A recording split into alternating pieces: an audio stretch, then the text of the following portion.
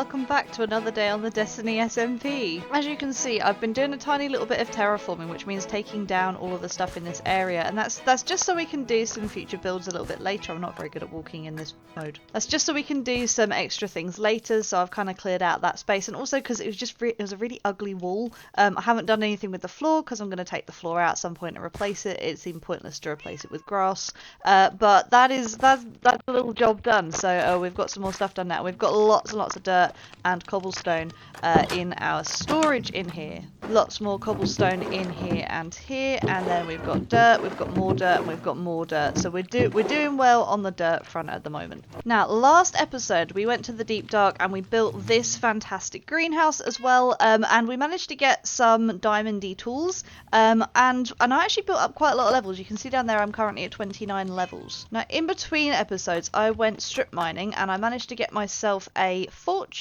3 pick with my levels, as well as an efficiency and unbreaking pick, so we're going to stick those on our hotbar. And we also managed to dig up I think it was 64 plus another 17, I already had 17 diamonds, so we have a lot of diamonds now, which means we are in a position where we can start making ourselves some diamond gear. However, if we're getting diamond stuff, we're going to want to enchant it. And although we have plenty of lapis and we obviously have plenty of diamonds, the limiting factor here is actually going to be experience levels. And in order to enchant just those 2 picks, I had to actually mine out quite a big area of deep dark, of its skulk. So you can see I've sort of taken some stuff out there. I didn't go that way, but I did mine out all of this area here, all of the area up the side there, and all of this round here, just to get myself to level 30. And I think this was even just for my my fortune pick, so it's quite a lot, and it's the only way I can currently think of reliably to go and collect XP when I need it. Now, fortunately, whilst exploring these caves for diamonds and for lapis and whatever else it is I need, I also found this spawner in here, which happens to be a skeleton spawner, which is a lucrative find in an early season. And not only did we find ourselves a skeleton spawner, there's also a spider spawner just over here, and I think this is a perfect opportunity for us to make ourselves a little bit of a spawner and a little bit of a mob farm. String for maybe candles, but definitely bones for bone meal, because bone meal is going to be super handy in this early game, and in fact the late game. Bone meal is handy whenever. So today's job is to dig out this area and turn it into a spawner and an XP farm, so that we can start collecting XP and bone meal off of our skeletons here. We should also collect loads and loads of bows, which means we can make a lot of dispensers, which are always really awkward and annoying to craft. Although if we do need more bows, we can obviously craft them with the string that we get from the spider farm over there. And I'll be honest, this season I'd like to do a bit more redstone than I usually do, and I'd like to actually design some stuff as well, kind of like the door I designed. I kind of want to design my own things, and I'll need dispensers for that. I know I'm going to need dispensers for that. Now, the farm design that I've picked out is one by a guy called Pixel Riffs, which if you haven't watched before, I don't know what you're doing with your life, but you absolutely need to watch this man, because he is incredibly good at what he does. He runs a series called the Minecraft Survival Guide, where he explains a lot of the game mechanics and does a fantastic job of showing how to manipulate those game mechanics. One of the first things he built in his world was a skeleton spawner, which was farmable for XP, but it brought the skeletons down to like nearly 0 hearts and made them really easy to kill. But it was also toggleable, which meant that you could step away from it and it would automatically just kill the skeletons, and you could AFK at the farm, not killing anything, not collecting XP, and still get the drops. So that's what I want to design today. Now, I think to make this work, we're going to need to get ourselves some soul sand. So let's see if we can find our ladder here. So we're going to want some soul sand so that we can make ourselves a bubble column, so we can drop our skeletons from height. And this is really important because this is what's going to bring our skeletons down to really low health, so that we can swipe them very easily with our sword. As you can see, our current sword, we don't have any mending, and it's currently an iron sword, so it's not going to have very good durability. So we're going to want these guys to be easy to kill. Easy kills. This is weird. This does, however, mean a trip to the Nether, so I'm going to grab what we need from here. I've got my obsidian, which I collected the other day with Bloxo, and my flint and steel, so we're going to set up a little Nether portal and we're going to head into the Nether.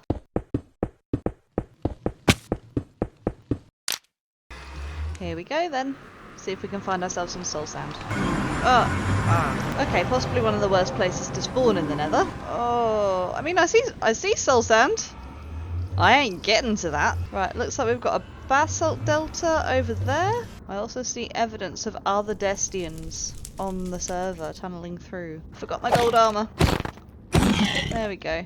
He's taken care of. I think I need to get this portal down to level 60, I believe. Okay, I went back through the portal to go get my netherite pick, and for some reason, spawned in a cave, so I feel like the coordinates are way off.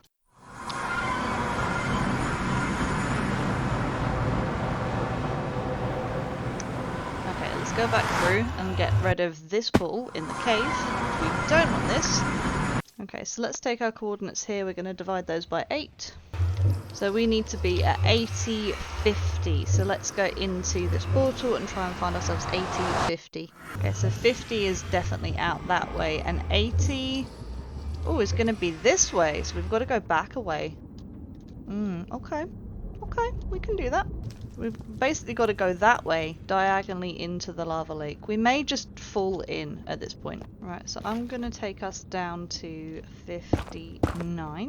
Oh, this is making my knees shake. At least the numbers are easy to remember. We want to go to 80, which is this one. And then out this way to 50. Okay, this seems to be the right place. So let's see if we can build ourselves a little bit of a platform here then, and build ourselves our nether portal. Sorry guy. Okay, I don't have quite enough cobblestone to protect us there, but let's start building our portal, and then we can worry about everything else in a minute. Right, fingers crossed this takes us back to base. Hooray! We're back at base! I hope you realise the reason we're doing this is for quite literally 2 soul sand blocks. 2 soul sand blocks, that's it, that's all I want. Okay, I'm gonna turn this into a room. I don't trust the ghasts. The ghasts. Okay, cobble box done. This is a real ordeal. I'm just going to bring the floor up a bit in the portal, and now I'm going to build us a bridge over to that one over there ish. Oh, this feels horrendous. I forget how bad this feels when you don't have wings. Okay, I'm just going to put a little sign on here saying Menace's base, just so people know where they're going. Now if I wander this way, I think this was like a pink box, so let's have a quick look at that. Yeah, and this is definitely Cookie's base. Definitely Cookie's base. Cookie's always doing pink. Oh my god. Okay. Well that's grand, that is. Okay, well, once we've figured out how our portal works, this is actually very easy to get hold of. Let's just get down here and get ourselves a couple of bits. We don't need a lot, do we? Okay, 3 is fine for me. That's plenty. That's all that a menace needs. Let's go back. Okay, so our next job is going to be to dig out that room so that we can spawn skeletons. And I actually think I want to dig to the spider spawner as well, so that we can see how close they are. Maybe we can make them work at the same time.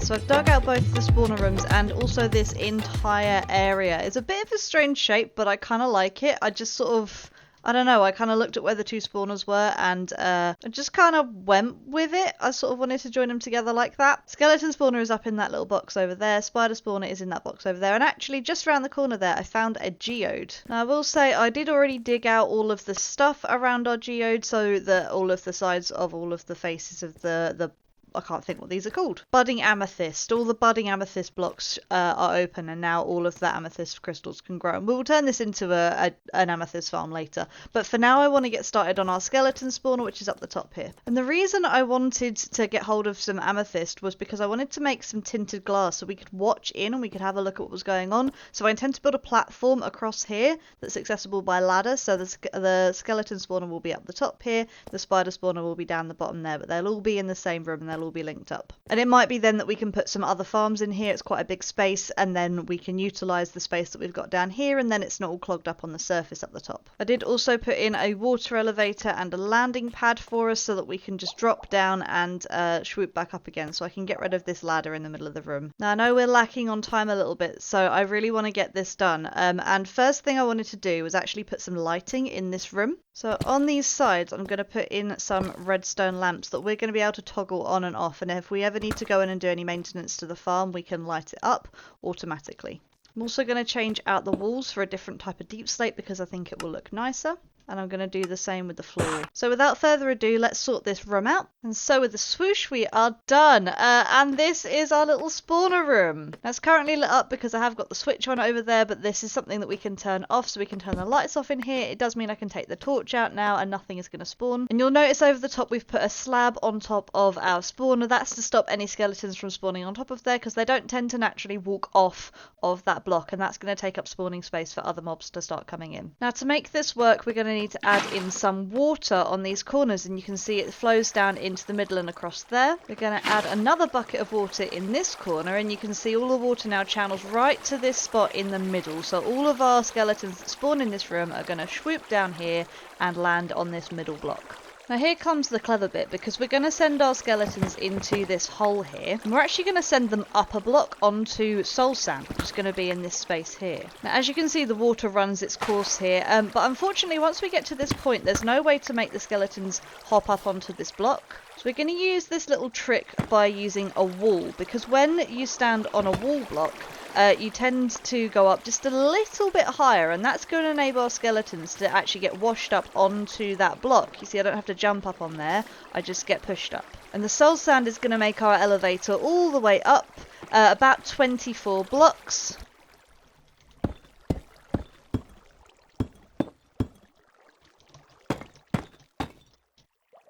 And then once we're done, we can go down another 24 blocks. Because this is where our skeletons are going to land, and this is where we're going to start collecting our mob drops. So we're going to get ourselves a chest and a hopper in here, and then we're going to close this off so that when our skeletons are brought up the drop, they're going to fall down and they're going to hit this block here. Now something else we're going to do is add a slab over the top, and I'm going to get hold of some slime soon so that I can make a piston that will retract that back so that we can have our mobs automatically fall onto that hopper and die. However, whilst that slab is in the way, it means that our mobs are only going to take nearly fatal damage, which means I can hit them with one swipe of my sword, or I could even just punch them with my fist and they should die. Now this is super beneficial because it means that this farm is AFKable, at least for resources. I can AFK as well for experience if I want to, but I don't have to sit here and burn out my sword or my energy or my hunger just trying to punch skeletons if I want bones. So I'm going to jump back in here and I'm going to finish this farm off. I'm going to take out the bit in the middle here. I'm going to add in our water stream so we can get our skeletons going up. I think I've got a few in here already who are going to be problematic if I don't get rid of them. Should also say that we need to put some signs in here to stop our water from spilling out and pushing our skeletons back, but as they get nudged in here they should automatically go into this water source, and then they're going to travel up through this bubble column which I'm just making now. We're also going to add a sign up the top here to stop the water falling down the drop chute. Now to make the bubble column work, we have to fill this up with kelp. They need to be solid water sources all the way up, so I'm just going to place all 24 kelp all the way up this column. And we just need one more bucket of water on top here that's going to push us down at that drop chute, although we're not going down there just yet because we need to take out this kelp. So once the kelp has been taken out, this will turn into a bubble column. It's going to push us all the way up the top and the skeletons too, and then down the drop chute to the bottom here where we can obviously land safely because I've placed a bucket of water. We're going to take that away now. Now if all has gone to plan, I should be able to turn this switch off and you'll see immediately skeletons start spawning in there, being washed into this area here, and we might be able to hear them go up the bubble column, but we'll definitely see some fall down in a little minute. Okay, and it seems we may have gone a bit too high with our column, so I'm going to turn this off again. I'm really, really glad we put this switch in. We're going to allow that system to clear, and we're going to bring the drop chute down by 2 blocks. And just play with this a little bit until it's working the way that we need it to work. Okay, and this seems to be working. So these guys are coming in and they are very nearly dying, but not quite dying. But if I just punch them with a fist or with a block or whatever's in my hand, you can see they die automatically. And their items are still collected in the hopper down here. It's just some things I chucked down a second ago. The items are still collected through that slab into the hopper. Now, it looks like we had one death there, but it might have been that that skeleton decided to jump before it fell. But most of the time we'll see these guys collect. The guys in armour maybe might survive a little bit longer, but you see we're getting some XP in, and we are collecting in some bones and some arrows as well. Now this is a system used by a lot of spawners, and if we take out this block here, you'll see that they fall down and they die immediately. So if I just want to collect the bones, or I just want to collect a bunch of arrows, I don't have to stand here punching and killing things off. I can simply allow them to fall down that tunnel, and they'll land on that hopper and they'll die and they'll drop their things. And so that is our skeleton spawner done. Next episode we're going to work on something a little bit different with our spider spawner over there, so we can start collecting string and spider's eyes as well. I'm also going to be working on a bit of a design for this room, so I'm hopefully going to make this a little bit better, and we'll hopefully get that in a time lapse for next time. But otherwise, I hope you really enjoyed this and you maybe learned a little bit from this video. It has been a real ordeal to get all of this stuff gathered together and get it working, but I'm really excited that I can now start farming experience, and hopefully we can start enchanting a lot more of our gear. You may have noticed through this episode I also have a diamond chest plate. It has protection 4 in it, no unbreaking 3. But fortunately we now have a skeleton spawner where we can farm some experience. So hopefully I can remove the enchantment from this chest plate and I can re-roll that enchantment and get myself something better. So ladies and gentlemen, thanks so much for watching. I hope you enjoyed this episode. Give it a like if you liked it. Subscribe to the channel if you want to see more. And I will catch you guys later. Bye bye.